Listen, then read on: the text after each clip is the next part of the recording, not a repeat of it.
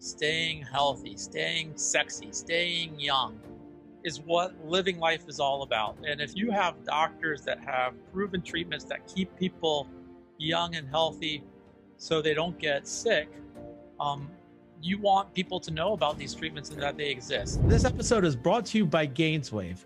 Gainswave is a treatment done at your doctor's office to optimize erection quality without the needs of Viagra, Cialis. It's non-surgical, there's no needles, and it has an amazing success rate.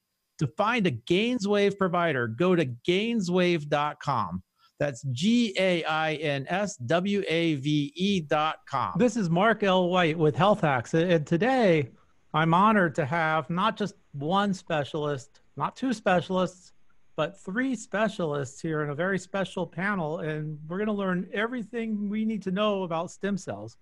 A few weeks ago, we had a guest on who was telling us about stem cells, and we have now Dr. Desai. Dr. Desai, tell us a little about yourself. Hi. Well, thanks for having me. I'm a musculoskeletal radiologist, so a medical doctor, MD, and did medical school residency in radiology and then a specialty in interventional radiology and musculoskeletal medicine. I started practicing about 12 years ago and was frustrated with the field of interventional pain management and orthopedics. We used a lot of cortisone injections and everything was palliative based. And so was very lucky to get introduced to PRP and regenerative medicine. And then that went into stem cells, and the benefits have been profound. I was not a believer in the beginning, but as a radiologist, I started doing these treatments. Patients were feeling better, and I re-scanned them with MRIs or imaging, and the tissue changed from broken to fixed. And so that's my path to where I've been doing this now for 10 or 12 years, and it's been an amazing journey. Awesome. And I have Dr. Rogers. Dr. Rogers, you're in San Diego? Yes, I'm a board-certified physical medicine and rehabilitation physician in San Diego. I've been in practice here in San Diego for 23 years. I'm actually native of San Diego, so I'm really pleased to be able to stay in my hometown. Beautiful city, by the way. Yeah, I love San Diego. Yeah, I do too. I'm the founder of a clinic called the San Diego Orthobiologics Medical Group. We'll explain later what orthobiologics are. And then I'm also a medical director for a company called Personalized Stem Cells, which is a sponsor for FDA-approved clinical trials of stem cell therapy. Excellent. And finally, last but not least, we have Dr. Patel from Los Angeles, California. How are you, doctor? I'm doing well. Thanks so much for having us on today. I'm just really excited to talk more. My background, I'm specializing in physical medicine and rehabilitation, and board certified in sports medicine, trained in interventional pain management, and like the other gentleman, I have had some experience in regenerative medicine. My first exposure to regenerative medicine was about 12 years ago, but I've been doing exclusively orthobiologic injections over the course of the last almost 6 years. Ultimately, I've been involved with teaching other physicians how to do various injection in appropriate ways with various different organizations, including the Interventional Orthobiologics Foundation, which Dr. Desai, as humble as he is, didn't mention that he is the president of this year. So I think that along with Dr. Rogers and Dr. Desai, we kind of really want to talk about what's exciting, what's new, what's positive, and also what's negative in the world of stem cells in orthopedic conditions. Awesome. I'll start with you, Dr. Desai. So first of all, you've been doing this for 12 years. You're a radiologist, and I think when radiologists always look at one way of doing things, it's hard for them to expand their horizons. And there's been a lot of hype about stem cells. 20 years ago, we weren't talking about it. 10 years ago, we heard that's going to be the future. Is the future now, or is there still a lot of hype out there? Oh, I think it's a little bit of both. There is definitely a paradigm shift. We are seeing the orthobiologics, done properly, is a game-changing procedure. And one way I explain it to our patients is you have to have the right diagnosis, right? You have to have the right indication, the right stratification of the patient, the right medicine, and then you have to put it in the right place. Right? All those things have to be, it's a three-legged stool. If only two of them are there, you could have LeBron James stem cells and the wrong diagnosis and put it in the wrong place, and it's not going to do anything, right? And so you have to have those three components. And in the right patient, this medicine is profoundly effective. But again, it has to be the right patient. I mean, somebody comes in, one real easy example is they come in with an end stage arthritis, the joint, knee joint, it's partially displaced. And there's no way in the world that that's getting better, right? With stem cells, they need a joint replacement. And I've seen patients be taken advantage of by docs that will tell them all they have is the x-ray, it looks awful, they're not orthopedic specialists, right? And they tell them, oh, this will work. They get charged $15,000. They pull money out of their house. I had a patient sell their house because they were so scared of having a procedure. And when there was no way in the world that this would help them, right? So I think that there's a lot of hype out there that's being propagated. And that's the scary thing. That's why we're here today, is to really say this is a legit medicine, right? But it's being used improperly, and that's going to hurt the field, right? This medicine should be, I'm very passionate about it. It's helped me, it's helped my family members. We need to get this out to the community. But if we keep taking advantage of patients because of monetary gain or for whatever, maybe ignorance, then we'll lose this opportunity, right? We'll lose this opportunity to bring this medicine to the forefront. And that worries me. Now, Dr. Rogers, I think you were talking about the FDA and their role in this, and you're working on some FDA trials. Do you think the FDA has not done a good job up until now of policing what's going on out there? I would say it's a challenging job for any organization. I think the FDA is doing the best they can with the resources they have. I deal with the FDA in many different capacities. This year I applied, we actually have 2 ongoing clinical trials under FDA approval to study stem cells from adipose tissue, one study for knee osteoarthritis and another study which we will launch soon for treating patients in the hospital who actually have COVID, respiratory complications from COVID. So, but those, I think at this point, it's important to differentiate 2 things. Stem cells, we're just talking in the general term, to me is like talking about antibiotics. There's obviously more than just one kind of antibiotic. And so penicillin may work for pneumonia, but it might not work for another type of infection. The same is true with stem cells, and the details matter.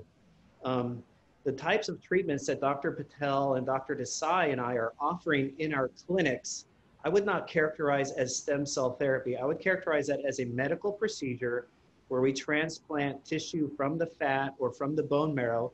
These tissues are known to contain stem cells within them, and they're very well studied. There are safety studies that show that these are safe procedures. There are efficacy studies that show that these are effective therapies. We've seen that patients' lives change when we treat them. To talk about stem cell therapy as a drug is a completely different topic. And this is where the FDA steps in. The FDA issues guidance to us physicians about what we can do in the office and what we cannot do in the office. So what we're seeing, for example, is stem cells that are not derived from your own body, not from your own bone marrow or your own fat, but are derived from a donor cell. Now the FDA has something to say about that.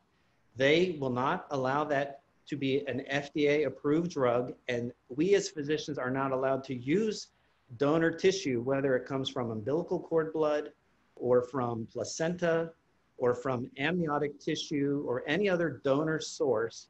We cannot use those products legally until they are FDA approved. And they are not going to become FDA approved until the companies that make these products do safety studies and show that they're safe, and do efficacy studies and show that they're effective. And the FDA does regulate companies that are violating these rules. And they issue warning letters. We see them, they're published, they're posted. And the FDA issues public safety notices. So as a patient, you can be informed to look out for these types of practices. But we, the 3 of us, don't feel that this message is getting out enough, which is part of the reason why we're here talking to you today. Great, great. And Dr. Patel, you guys were mentioning stuff like amnio fluid, and the new buzzword now we hear all the time is exosomes and donor. These are not stem cells, or are these stem cells we're talking about here? That's a fantastic question. And I think that's actually a question that patients bring to all three of us and tons of people all the time. The reality is that we have these products that fall into either one of two camps, and it's really as simple as this. Either they actually do contain living stem cells and then are blatantly illegal per the FDA because, like Dr. Rogers was saying, if they do contain stem cells, they have to go through rigorous safety studies and then efficacy studies in order to be allowed to be sold to the general public. Or the latter option is that these products actually do not contain living stem cells, which there have been at least 3 research articles published that looked at whether or not these products actually contain living stem cells. And so far, none of these products are actually containing live cells, or at least if they are, it's at a very, very minuscule level. So reality is that these products that are available probably contain growth factors, probably contain things that might be beneficial in particular circumstances, but not actually living cells. Now, exosomes is a different product altogether. Exosomes are essentially packets of information that are produced by stem cells that then relay instructions to other nearby cells and other structures throughout the body. Exosomes are normally produced within our body on a regular basis, and stem cells are the ones that produce them. Now, these packets of information, these are kind of instructions that the stem cells give based off of their surroundings and whatever they're being subjected to. So if you have an injury, then the stem cells in that area are going to send out exosomes saying, all right, this is how we direct traffic, this is how we fix this injury, right? But exosomes can say multiple different things, and exosomes actually contain RNA, or the building blocks, a part of the building blocks of your body within them.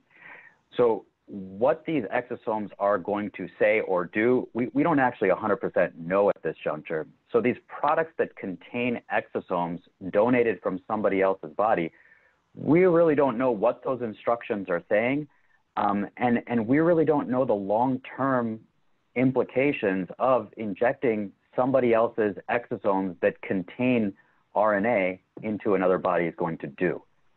So this is where there's a lot of confusion out there. And quite frankly, I think that these companies that are creating these exosome and birth product type tissues, quite frankly, I think they're taking advantage of physicians, because ultimately physicians really want to help people. And if somebody came to me and said that, hey, I have this product and this product contains stem cells and this will heal, and if I didn't have time to look into that, and if I trusted the person that was selling me this product, then this would be fantastic, right? But I think these companies are really taking advantage of physicians and really propagating these lies in order to get these products sold, and it's getting a little bit scary. So, Dr. Desai, you mentioned earlier that you've seen some incredible success with stem cells, that they should be derived from a patient's own adipose tissue or bone marrow. With all things being equal, if a patient is thinking about doing a stem cell treatment to fix a problem with their joints, should they go right for their own stem cells? Will that always be safer all the time? Because I've heard 2 schools of thought. One school of thought is, hey, I'm 50 years old, my stem cells will be that of a 50-year-old, whereas like stem cells from amnio fluid is brand new stem cells. Is that a myth? Is there truth to that? I think in the current state of affairs, absolutely, your own cells are the safest and best that we can give you. Will that always be the case? We'll see, right? But in the current environment and the way that things are regulated and the potential risk of getting someone else's cells and cellular material, we just don't know. And I think that that's the regulatory environment is really concerning. And so going back to, so that's my statement. I think right now using your own cells is by far the safest, because all those other materials, why wouldn't we as physicians, we had this discussion, why wouldn't we as physicians and clinicians, if they were going to work better and they were easier to get, like doing a regenerative medicine procedure for me, we do a lot of, say, spine work.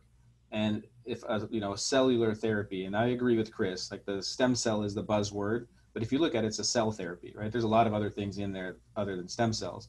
But if we use a cell therapy for a patient, that's 2 big procedures for me, right? I have to do a bone marrow biopsy, which I do myself. I do a mini liposuction. We take PRP. It goes into a lab, gets processed for 2 hours.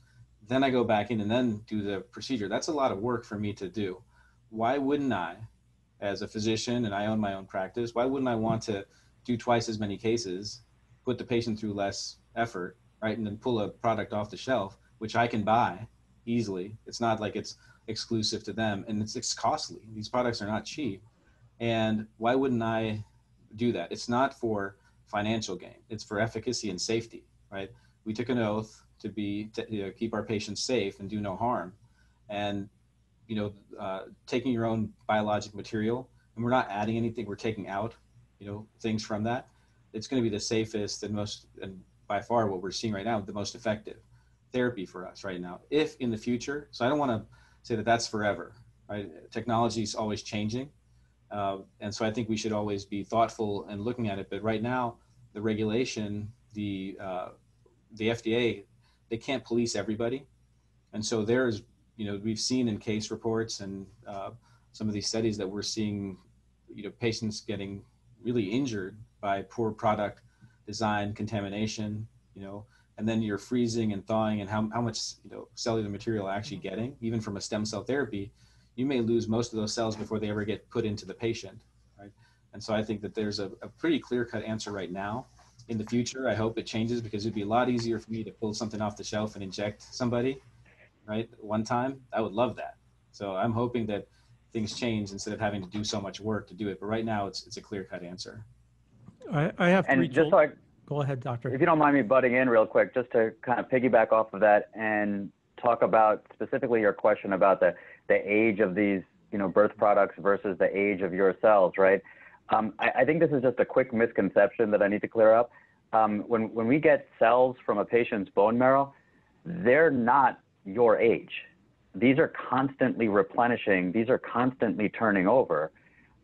If we take bone marrow out of your low back, that heals. That heals and then it replenishes, and we can take bone marrow out of your pelvis again, right? So the idea that your cells are only as old as you is kind of really a sales tactic by these umbilical and amniotic companies. Can I just add one more point, Dr. Patel? That's a great point.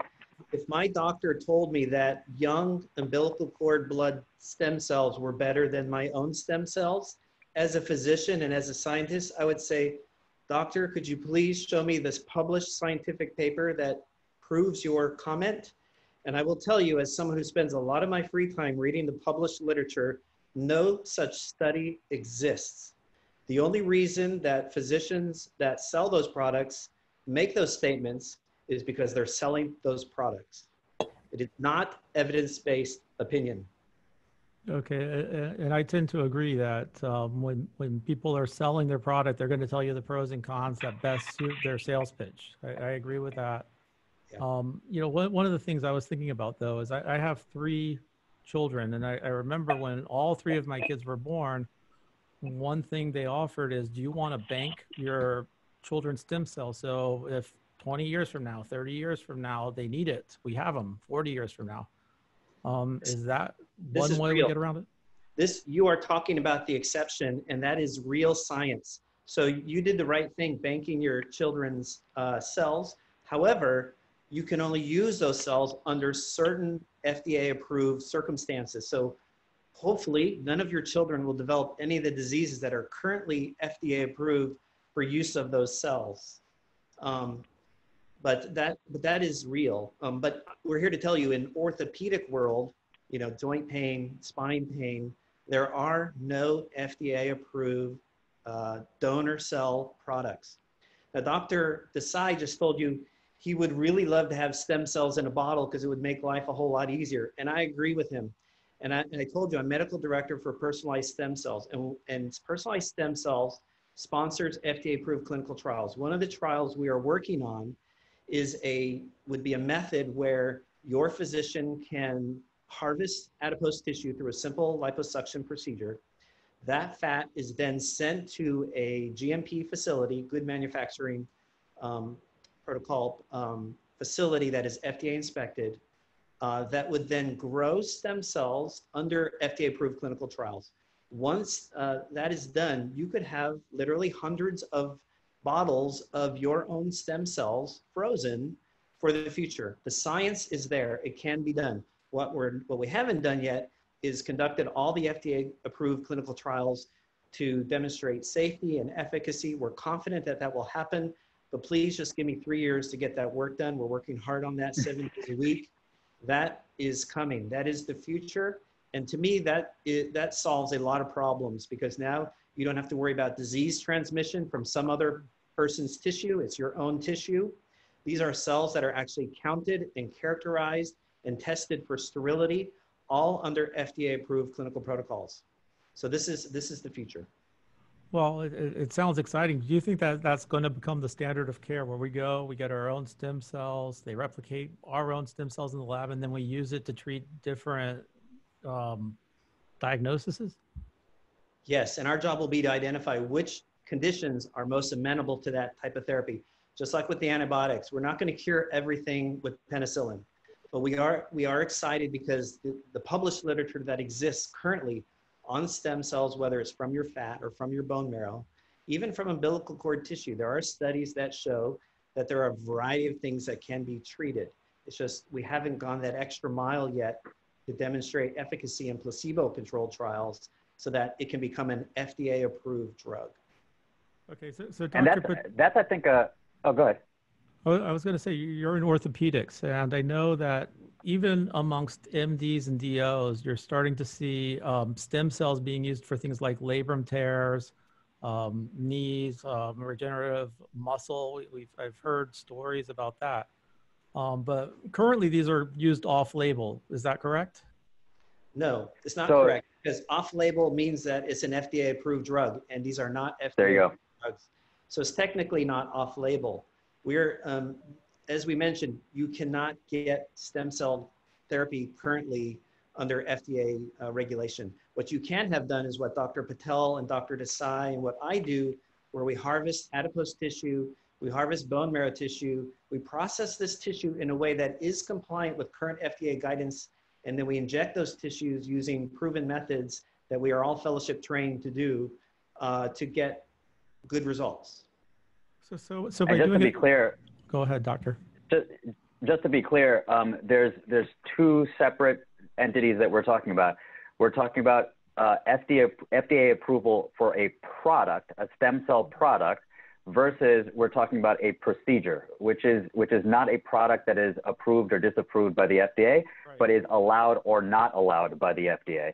And any procedure within specific guidelines that is using your cellular material can be allowed by the FDA, which is the things that are using a patient's own bone marrow or adipose or blood PRP, versus a product that needs to go through appropriate clinical trials to then be allowed.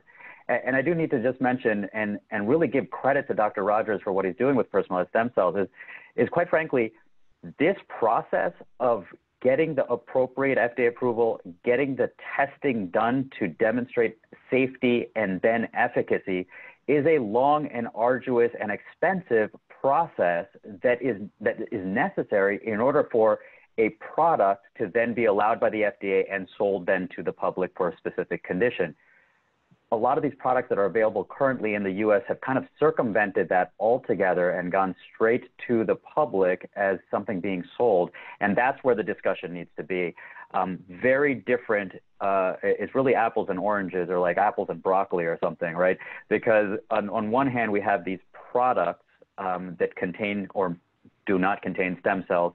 And then on the other hand, we have procedures that are using your own biologics in an FDA allowed guideline. The way I understood it, I'm not an expert like you guys are, not an expert on the FDA, but it also has to do if you're using your own stem cells and it's manipulated more than minimally, whatever that means, then it's now an FDA drug. And I know that they've clamped down on clinics that are using your own stem cells, but they're not processing it in the correct manner. Is that true? Yes, that's correct. If I could just jump Very in. true. So what Yeah. the FDA has filed an injunction against clinics that use fat-derived tissue in a way that they consider exceeds minimal manipulation. And that's, you can Google minimal manipulation and see what the FDA definition of that. But essentially, if you alter the tissue in a way that makes it a different tissue, then the FDA considers you a drug manufacturer. You are now a drug manufacturer, and you now have to go through the standard FDA-approved clinical trial regulatory pathway. So these clinics disregarded what the FDA has clearly stated, and so they're now in court with the FDA. So, for example, if you take adipose tissue and you rinse it and you wash it in the office, that satisfies the FDA's requirement. But if you digest it with enzymes or manipulate it in other more advanced ways, then the FDA says, no, that we will not permit. So that's the controversy that you're hearing about. Sometimes would you guys agree that sometimes though, like the good may outweigh the bad? And what I mean by that is, like, you're talking about doctors wanting to do the right thing. Sometimes it takes years. It's a slow process with the FDA. If somebody is under a lot of pain, do you think doctors have the obligation to the patient or the obligation to the FDA? Like, it's a balancing act sometimes. Wouldn't you agree? We have an obligation. Can I step into? Go ahead. So I just want to absolutely, like, our oath is to do no harm, right? We want to help patients, but it's also to do no harm, and that's our first obligation. The concerning thing, and I I'm an advocate for the patient. Like, we want to take care of our patients. All of us here, I can speak for every one of these docs, and I know them, is that, they come from a place of empathy and wanting to help. What I really worry about, though, is, and kudos to Chris and what he's doing, Dr. Rogers and what he's doing, and what folks like him. It's not just him. There are other companies out there that are doing the same thing in this field and doing it the right way. And then there's companies that are doing the wrong way. I've been approached, in the position that I'm in and having that experience, have been approached over the years by companies wanting to use these products and do, research, quote research. And I've talked to them. I said, look, if you want me to support your product and use this, then the first thing you have to do is go down that pathway. This is a cell product, right? If you want to do this, or exosomes, or, these cellular therapies, go through the trial. I mean, they don't want to do that because it's expensive. It may not prove to be worthwhile. And right now they have a window of time to sell as much product as they want, right? And it's not on the doctors. Like, I really look at these companies, and, you can't, I'm a bit of a conspiracy theorist, but look at Enron and VW and all these companies have done, and it's the same thing in pharmaceutical companies. These are just pharmaceutical companies that are selling stem cells, right? And they're taking advantage of physicians that don't have the time or the effort to be able to vet everything. So they're saying, oh, this, we have a study. It's not FDA approved. And what they're doing is they have I hate to be a downer on this, but they have a window of time to sell as much product as they can until the FDA clamps down. And they will do that as aggressively as they can. And when pushed into doing an FDA trial, phase 1 trial, just safety, right? That's a phase 1 trial. They won't do it. Like, they'll run circles. And I've worked with multiple companies that have said, yeah, we'll go down this trial. Once they realize how much effort and cost it takes to do that and do it properly, they're not going to do it. They want to flip that company and sell it, and then they're gone, right? Whoever owns it now, they build it up. And so I'm a bit of a skeptic on a lot of the companies that are using umbilical and amniotic tissues, because that's what we've seen. And then there's some that are very legitimate in doing it the right way. Do you see, though, do you think any of these companies, though, like if they worked together and actually worked with the FDA, do you think there's a future for amnio fluid? And Yes. or do you, because as a patient, I wouldn't want to get liposuction. I wouldn't want to get bone marrow. I've seen it done. It's not easy for the patient either. I mean, are there quicker paths to getting this accomplished, or is it just going to be a long, arduous road out there?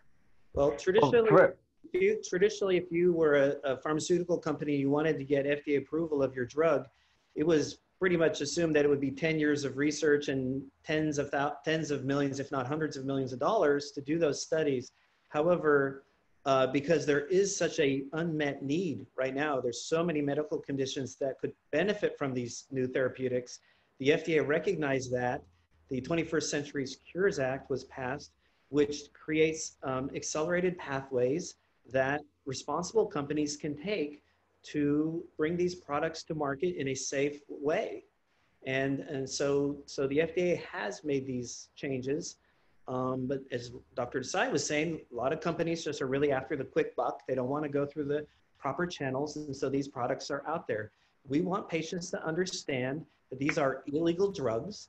There's no evidence that shows that they're safe. Matter of fact, more than 17 people were infected. You may have read in the last year or two with E. coli bacterial infections because these were contaminated products. So the safety is an issue. We are aware that there are studies where if you inject these products into patients, there are immune responses. So there's a safety issue there. But maybe just even in addition to the safety issue, what really I think bothers us is the claims that are being made when there's no scientific evidence to support the claims. They're really just marketing claims, and they are not evidence-based claims. And you have, I feel privileged that my patients trust me with their healthcare. It's a role that I take responsibly, and it just bothers me that people would betray that trust and misrepresent the science for their own special financial interests. Yeah, and I think just to piggyback on that, first and foremost, just to kind of talk about your quick comment there, as a patient, it is more logical and more an easier barrier to entry to get an off-the-shelf product, and it's understandable to be wary about something like a bone marrow aspiration or a lipo aspiration. Truth is that I do these procedures in the office without any anesthesia, and most people on average say that it's about a 3 out of 10. It's not painless, but it's not as horrible as people perceive. That being said, I think it's going to be exciting. It's going to be really great to see how these various off-the-shelf products do develop over time.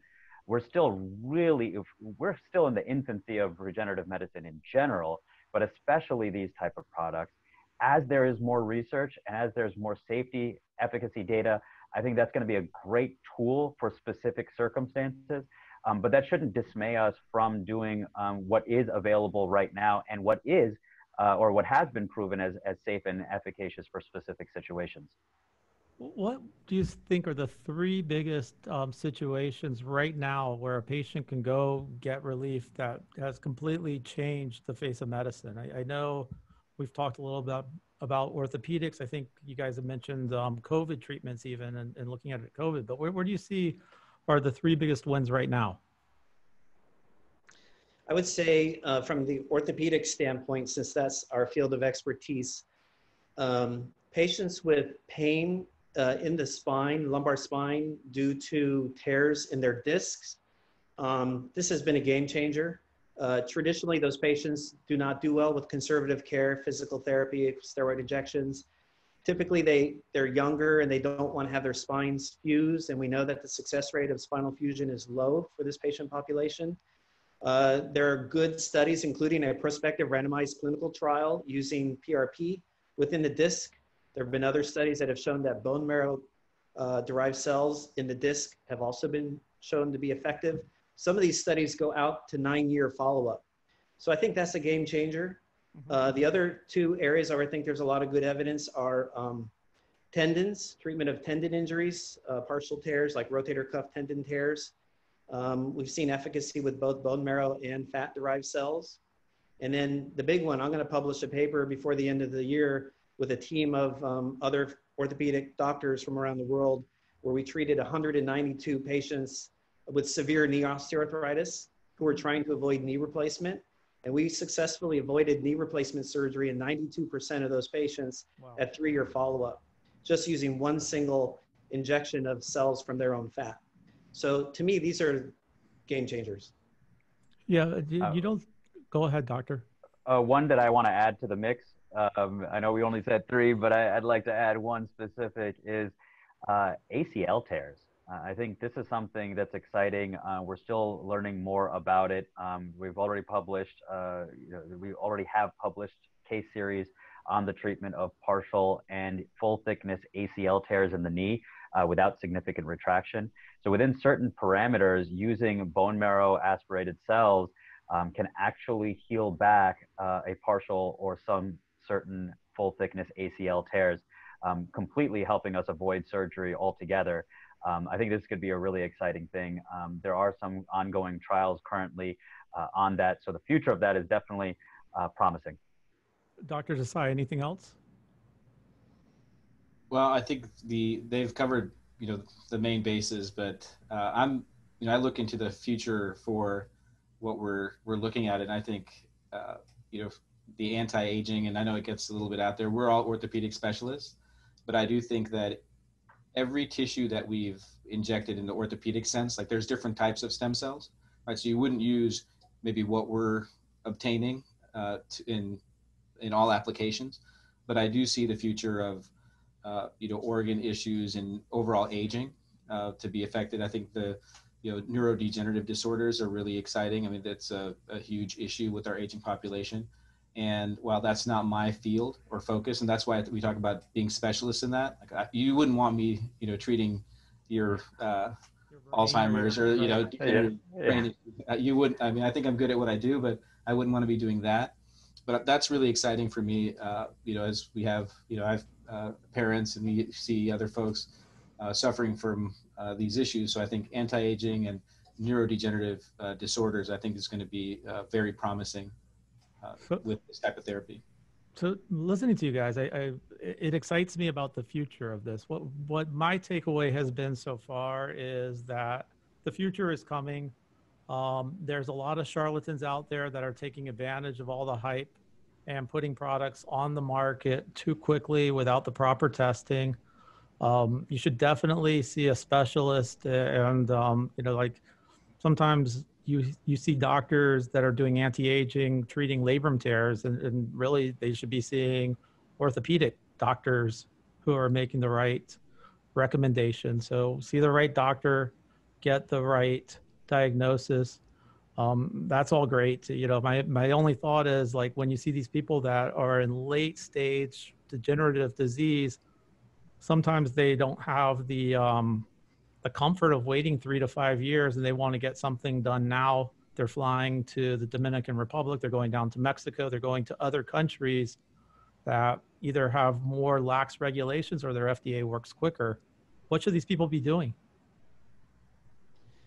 That's a hard one. Do your homework as a patient. Try to learn all you can. Take every piece of information you hear with a grain of salt. One of the reasons we're on this call with you, and thank you for hosting us, we really want to get this message out to folks, is the science is amazing. The future is amazing. We have a long way to go. It has to be done properly to avoid avoid spending money on something that really has no chance of helping you and might actually harm you. I've created a book. If you want to Google it, just Google Patient Guide to Stem Cell Clinics. Patient Guide to Stem Cell Clinic. If you Google it, it should pop up. It has a lot of information in there. It's about 20 or 30 pages of information. One of the things I like about there, by the way, is if your doctor says, I have this amazing stem cell product from umbilical cord blood, ask the doctor, what's the name of the product? In that Patient Guide to Stem Cell Clinics, I list an FDA website where you can type in the name of that product, and it will tell you whether or not that product has live stem cells in it. I will just save you the trouble. I've looked up every single product out there. None of them have been reported to contain live stem cells.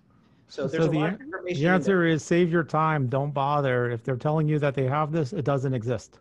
I think that's true. I wouldn't be surprised. For now.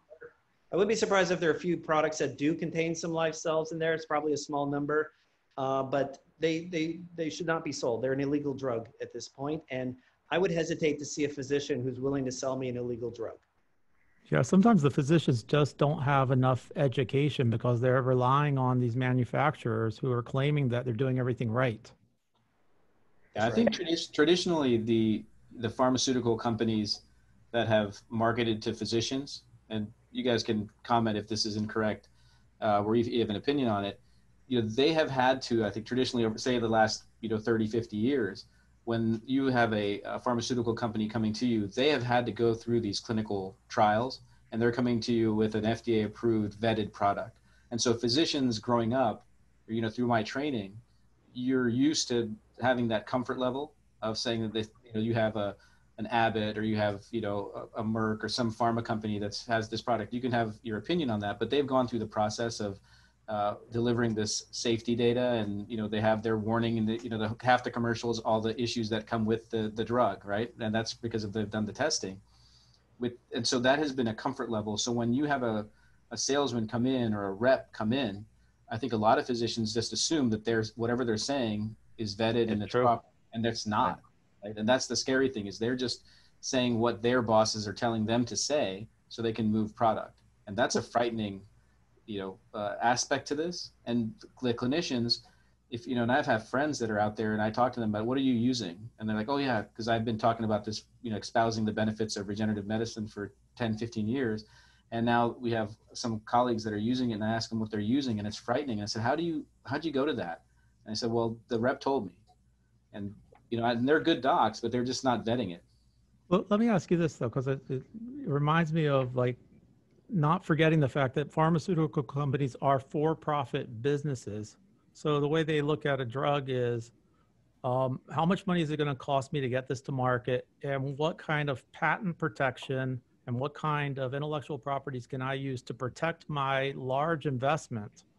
So my question is, can we patent amnio fluid? And if we can't patent it, is there a business model out there that exists where anybody will go to market unless it's done at a governmental level? So I think the difference is ultimately that pharmaceutical companies are looking at that long play, versus a lot of the companies that are creating this product are looking at short term. There's, as I think it was Dr. Rogers that mentioned earlier, they're looking at a window in which we have to be able to push this product before the FDA cracks down. Because really there's different ways that you can go about creating product via the FDA, and there's the long route and there's the short route. The short route is only applicable for certain things, which things like the umbilical and amniotic products actually do not fall into that category. They've taken that route in order to push this product out, versus using that longer route to put the money investment into making sure that this is a safe and efficacious drug. That is something that can then be patentable and sold long term, but it has to then be vetted first. And that's a long process that larger pharmaceutical companies certainly have the money and the bandwidth to do. But these smaller companies are again, they're not looking at the long term. They're looking at the short term gains. I love what you're doing, Dr. Rogers, because you are looking at that long-term play, and I think that's admirable. And I love the fact of using my own stem cells to heal me without having to go through those procedures all the time, because I know they are not comfortable. But do you see any companies out there now with live cells that are going through the long play and are doing all the right things? Are they out there? Yeah, I mean, getting back to COVID, for example, there are probably 4 large companies right now who have FDA approval to do either a safety study or an efficacy study, and I think in one case a phase 3 efficacy study using their preferred cell product. So companies like Mesoblast and Athersys have these cells that they've studied for years. FDA has given them approval to study them. Our product with personalized stem cell, and by the way, personalized stem cell is a young company for human research, but is based off of a parent company called VetStem, which was founded by Dr. Bob Harmon, who has been treating horses and cats and dogs for almost 20 years. So we have a lot of experience treating animals that we can now apply to our human studies. So we have this phase 1 study for treating COVID. So yes, there are companies who are investing the time and energy to do things the right way. I think that's admirable, and I really respect what you guys are doing. Is there a link where people can go and just get more information besides downloading your guide? And we will put the links in the show notes, but is there a link where people can learn more about you and get more information on what the future holds? Yeah, if they want to email us, we the whole process of getting FDA approval for COVID was a really exciting process that started in March and ended just a month ago. And now we have our study starting any moment now. So we were updating our patients. And if you want to get on that mailing list so that we can give you updates and see what's going on there, you can just probably find my contact information on my website, which is San Diego orthobiologics.com, which is abbreviated SDOMG.com. And so we post updates, we do blogs. You know, this is exciting information. We want to share it with people, but we also want to have a healthy dose of, you know, scientific evidence to support, you know, the information we're sharing. Dr. Rogers. Give a plug for the Interventional Orthobiologics Foundation. So the IOF, we talk about specialty training. And so that's a nonprofit organization that was you know, founded by a donation from John Malone, single donor. So God bless him for believing in, you know, training of physicians the proper way. So he donated several $1 million to this organization, and it's a nonprofit. You know, none of the physicians that are working there gets any kind of compensation, and, you know, the board. So we're just working to educate other doctors in doing these things the right way. And really, part of it is, you know, have that, I love that saying, like, teach a man or woman how to fish, right? And they're fed for a lifetime. And so that's what we want to do, is educate physicians. So when somebody walks in their office and, you know, hands them something, they can tell them, you know, they can be able to vet it themselves. Is this a pile of garbage, or is this something that's legitimate and is going to help my patients? So Interventional Orthobiologics Foundation.com, if anybody wants to peruse that. And there's a list of physicians that are involved in doing things the right way in the orthopedic space. Right? If somebody's out there suffering from hip pain, joint pain, back pain, spine injuries, should they make sure they see an orthopedic surgeon or an orthopedic doctor that really understands regenerative medicine? Because there are a lot of orthopedic doctors who don't understand it, and they poo-poo all stem cell products. Well, you see two camps in orthopedic surgery. I think all three of us have a lot of colleagues that are orthopedic surgeons that are doing regenerative medicine in appropriate ways. But really, you have two common camps and then one outlier camp. The outlier camp is the ones that have really devoted themselves to orthobiologics, and these are more rare as far as physicians are concerned. The two more common camps are the ones that will poo-poo it, and those are simply physicians that don't know the research that shows how beneficial these type of treatments can be. And I don't actually necessarily disagree with those docs, because what happens is an orthopedic surgeon has a patient come to them, say, oh, hey, I got stem cell treatment for my severe osteoarthritis, and it was an injection of umbilical cells into their IV, and they said that they were going to regrow my cartilage, and it didn't happen, and now I have to get a knee replacement. So their experience dictates that these stem cell treatments don't work. And I agree with that, right? So that's that first camp. And then that second camp are those that have seen some of the research or have seen patients that have benefited from various treatments. And they're like, oh, it's really easy to inject inside of a joint. I'm going to start injecting these products as well. And ultimately, both of those camps have issues associated with them.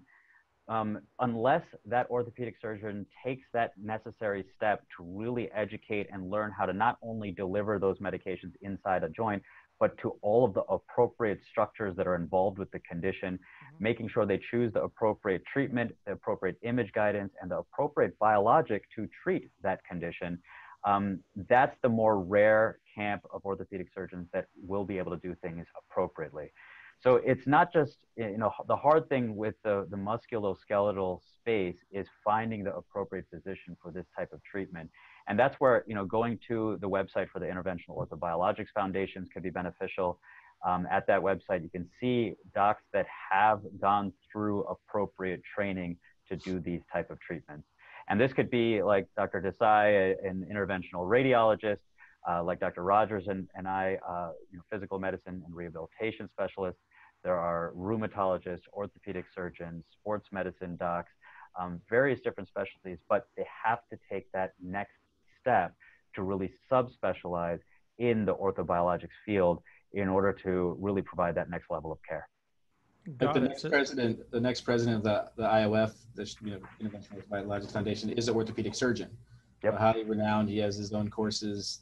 He played professional baseball. Good guy, Dr. Donnie Buford. And so there is a wide spectrum, but we're all treating the same patient. So, I think that the orthopedic surgery world is awakening to how powerful this medicine is, and they're looking at it and wanting to get trained. They're a few years behind most of the specialists here, but hopefully for the patient's sake, they're able to catch up with these types of foundations.